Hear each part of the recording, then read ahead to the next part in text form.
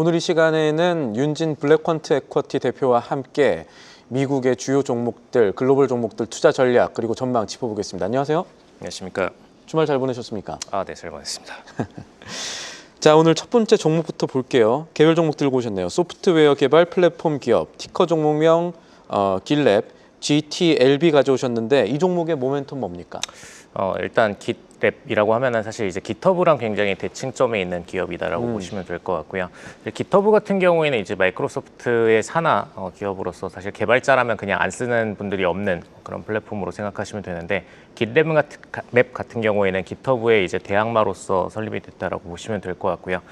사실 핵심적인 모멘텀은 어쨌든 이제 최근의 AI 트렌드로 인해서 개발자들의 어떤 비중이 굉장히 압도적으로 증가하고 있는데 이분들이 이제 코드를 관리하고 그다음에 이제 실질적인 소프트웨어 설치를 하고 배포를 하는 과정 속에서 사실상의 이제 이 뒷단에서 존재하는 백엔드에 대한 부분들을 직접적으로 형성해주고 만들어주고 구축하는 이런 플랫폼으로 생각을 하시면 될 것 같습니다. 그래서 사실 이제 많은 개발자 분들이 최근 들어서는 어떤 AI의 도움을 통해 가지고 프론트엔드에 대한 개발을 많이 쉬워졌어요. 프론트엔드라는 거는 결국에 우리한테 보여지는 어떤 플랫폼의 형태를 얘기를 하고요.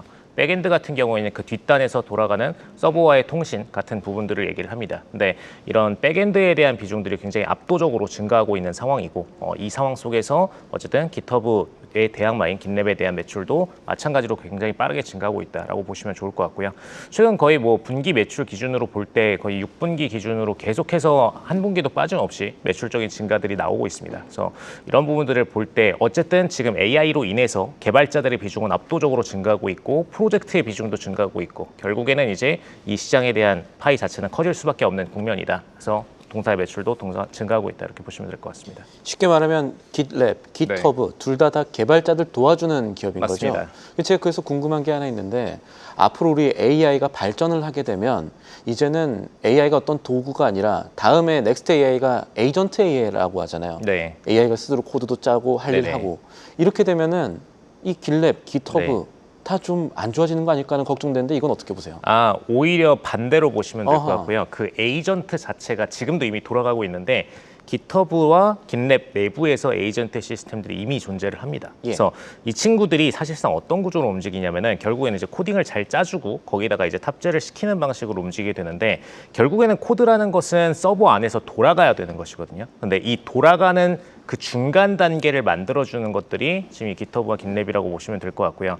결국에는 이것이 돌아가게 되면은 이 돌아가는 과정 속에서 이 뒷단의 클라우드 기업들과의 연계들을 만들어내는 플랫폼이 반드시 필요합니다. 그래서 그러다 보니까 이 코드라는 게 그냥 짜준다고 공중에서 알아서 돌아가는 것이 아니라 어느 플랫폼 안에서 관리가 돼야 되고 그 플랫폼 안에서 서버와의 통신을 통해 가지고 돌아가야 되는 것이기 때문에 사실상 그냥 필연적인 존재로 보시면 될 것 같습니다. 그래서 AI는 이 모든 앞단에 짜주는 것들, 즉 우리가 만드는 어떤 공정 개발들을 다 지원해 주지만 결국에는 어딘가는 공장이라는 로케이션은 필요하고 그 로케이션 역할을 해주는 게 이 친구들이라고 보시면 될 것 같습니다. 쉽게 말하면 그러니까 AI가 점점 발전될수록 도태되는 기업들도 있겠지만 적어도 지금 언급해 주신 이 깃랩이라는 네. 기업 자체는 더 잘 될 거다 이렇게 네네네. 보시는 거죠. 알겠습니다. 다음 종목 한번 볼까요? 다음으로 주목하신 종목이 원자력 기업이네요. 뉴스케일 바워. 우리도 잘 알고 있는 기업인데 이 종목 지금 봐야 될 이유는 뭘까요? 사실 뉴스케일 파워 같은 경우에는 제가 한 2달 전쯤에는 굉장히 좀 상승세가 강하다 보니까 이 분야에 대해서 공격적으로 투자하시는 것이 살짝 리스키하다라는 부분을 좀 얘기를 드렸는데 예. 사실 최근 들어서는 오히려 지금 이제 소형 원전인 SMR 섹터에 대한 부분들이 부중적으로 조정이 나와 있는 상태입니다. 그러다 보니까 대체적으로 이제 뉴스케일 파워뿐만 아니라 오클로나 이런 몇 가지 기업들이 부분적인 조정을 받다가 최근 들어서 이제 다시 재상승 국면으로 전환이 되고 있는 상태이고요.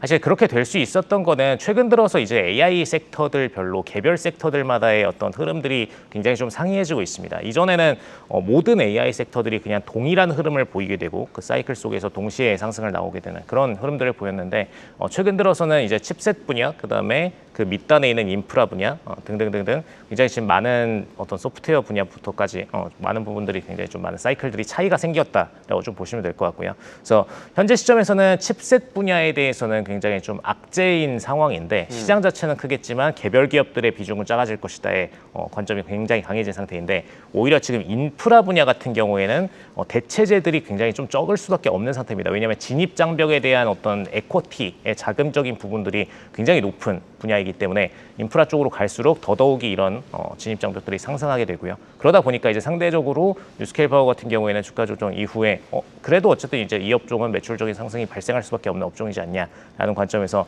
사실 ETF나 개별적인 기업들이나 다 상승세에 대한 국면들이 굉장히 강한 상태이고요. 근데 뉴스케일 파워 같은 경우에는 티커명 코드 자체가 이미 SMR인 상태입니다. 그러니까 SMR 분야 자체가 이제 소형 원전 분야인데 그런 이제 대표 주자의 성격을 띠고 있기 때문에 아무래도 이제 주가적인 측면에 있어서 조정을 크게 받고 나서 오히려 SMR 분야의 대표주라는 점이 조금 더 매력적으로 다가오는 부분으로 보시면 될 것 같습니다. 여기가 애널리스트들이 목표가도 좀 높이고 있는 네, 상황이죠. 여기가. 맞습니다.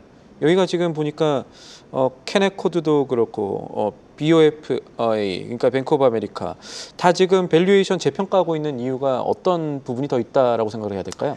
사실 최근 들어서 가장 큰 차이가 어떤 점이냐면은 수익 구조 자체가 이전에는 AI 칩셋들이 많이 가져갈 거다라고 봤었는데 최근 들어서는 AI 칩셋들을 클라우드마다 전부 다 연구하고 있죠. 그러다 보니까 특정 AI 칩셋 기업, 즉 팹리스 기업이 매출을 가져가게 될 것이다라고 보기엔 굉장히 어려운 국면이 됐고요. 물론 이제 TSMC 같은 파운더리 섹터들은 부분적으로 병목이 되면서 매출을 많이 가져갈 수 있을 것이다라고 보고 있는데 또 이제 후단에서 클라우드 기업들은 굉장히 여러 군데에서 본인들만의 칩셋을 형성하고 있기 때문에 많은 이제 AI 분야의 투자자들 입장에서는 칩셋 분야에 대해서는 굉장히 어떤 특정 한 기업을 투자하기가 어렵다. 그리고 클라우드 기업에 대해서는 어떤 특정 한 기업을 매출 전망으로 투자하기가 굉장히 좀 어렵다. 그러다 보니까 ETF로 좀 묶어서 투자를 하고 있고요. 근데 상대적으로 지금 인프라 분야에 대해서는 새로운 기업 주자들이 막 생겨난다. 혹은 뭔가 AI 혁명으로 인해서 그 주자들이 기하급수적으로 늘어날 것이다 라고 보기에는 어쨌든 이 AI 인프라는 공정적인 설비들이 반드시 필요하고 거기에 필요한 자금력들도 반드시 필요하고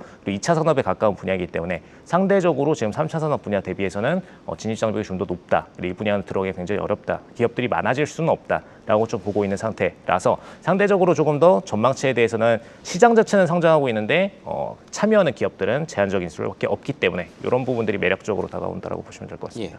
저희가 준비했던 이 CG 화면들 보니까 최초로 SMR 설계 인증 이런 얘기들 많던데 사실 네. 경제적 해자라는 측면에서 그러니까 네. 진입 장벽이라는 측면에서는 최초도 좋지만 유일한 게 좋잖아요. 사실 이 맞습니다. 기업도 유일한 거 있지 않나요? 사실 이제 유일한 측면적으로 봤을 때 지금 에너지에 대한 인증 부분이 가장 이제 최초적인 부분이었고 그다음에 인증적인 부분에 있어서도 지금 TVA G6G 같은 경우에 이제 굉장히 좀 빠른 속도로 SMR 규모에 대한 매출적인 부분들을 좀 빨리 뽑아낼 수 있다라는 점, 그다음에 이제 소형화된 모듈화 부분이 가장 이제 매력적으로 다가온다라고 좀 보시면 될 것 같고요. 그다음에 지금 NRC로부터 이제 77메가와트 설계 인증을 받은 이제 유일한 기업이긴 합니다. 그러다 보니까 이런 부분들이 이제 매력적으로 굉장히 좀 다가온다라고 좀 보시면 될 것 같고, 어떤 에너지적인 측면에서 볼 때 SMR 분야가 제일 중요한 게 소형도 중요하지만 어쨌든 에너지 효율적인 부분, 그다음에 이거를 소형 모듈화해서 개별 기업이 사갈 수 있게 만드느냐, 이게 굉장히 좀 중요한 측면이거든요. 그러다 보니까 기업들 입장에서도 이 SMR을 직접 구매를 할 수가 있고, 이전에는 국가가 구매를 했는데 이제는 개별 기업들이 본인들 데이터 센터 옆에다가 설치하는 그런 개념으로 넘어갈 수 있는 국면이기 때문에 굉장히 좀 중요한 측면으로 보시면 될 것 같습니다. 주말 새에 굉장히 준비를 많이 해오신 것 같은데. 아. 예. 추가 질문 좀 드릴게요. 네. 이 지난주에 저희가 이 타이거 골드 선물 ETF 네. 추천을 해주셨어요. 네. 잘 갔습니까? 일단 상승세 자체가 첫날에 슈팅을 한번 줬었고 지금 예. 보합권으로 좀 흐르고 있는 상태인데 일단 계속해서 전망치 자체는 상향되고 있는 상태이기 때문에 그대로 장기적으로 조금 더 보셔도 좋을 것 같습니다. 금의 추세 자체가 지금 네. 계속해서 좋을 거라는 말씀이신 네네, 거죠. 맞습니다. 그리고 이제 타이거 골드 선물 같은 경우 이제 환 걱정 안 해도 되는 우리나라에 살 수 있는 ETF다라고 말씀 주셨는데 네. 그러면은 연말까지는 계속해서 보유를 해도 될까요? 그러니까 매수의 어떤 전략적인 측면에 네. 있어서 네. 이게 어느 정도의 중기적인 투자 관점에서 지금 짚어주신 건지 제가 네. 유튜브 그때 다시 봤을 때 그 부분이 조금 추가적으로 나왔으면 좋겠는데 라는 생각이 들었었어요. 네. 관점으로 볼 때 지금 내년 중순 정도까지의 전망이 평균적으로 이제 3,850 정도를 보고 있는 상태거든요. 시장 국면에서는. 그래서 일단 중기적인 측면에서 보시는 게 좀 더 좋을 것 같고요. 현재 시점에서 이제 어쨌든 AI 분야에 대한 집중 투자가 이루어지다 보니까 기업들에 대한 하이밸류 평가가 좀 더 많이 되고 있습니다. 그래서 많은 분들이 이제 골드를 편입하실 때는 사실상 이 인덱스의 과상승 국면에서 추후 만약에 조정이 나왔을 때 상대적으로 이 분야에 대한 해지를 하기 위한 목적, 그다음에 부분적으로 반사 이익을 보기 위한 목적으로 이제 비중적으로 봤을 때는 이제 한 5에서 10% 정도 편입을 해두시는 게 좋지 않을까라고 좀 보고 있는 상태이고요. 어쨌든 기업 자체가 굉장히 좀 하이밸류로 가다가 무너지는 국면이 왔을 때 골드는 또 어떤 빛을 발하는 기업이 어떤 종목이기 때문에 그런 부분들을 좀 누리면 좋지 않을까 싶습니다. 포트폴리오의 비중까지 설명해 주시니까 이해가 더 잘 되는 것 같습니다. 네. 알겠습니다. 오늘 말씀 여기까지 듣죠. 지금까지 도움 말씀의 윤진 블랙퀀트 에코티 대표였습니다. 감사합니다. 감사합니다. 계속해서 다양한 경제 이슈를 알고 싶다면 구독과 좋아요, 알림 설정 부탁드립니다. AI 캐스터 권미정이었습니다.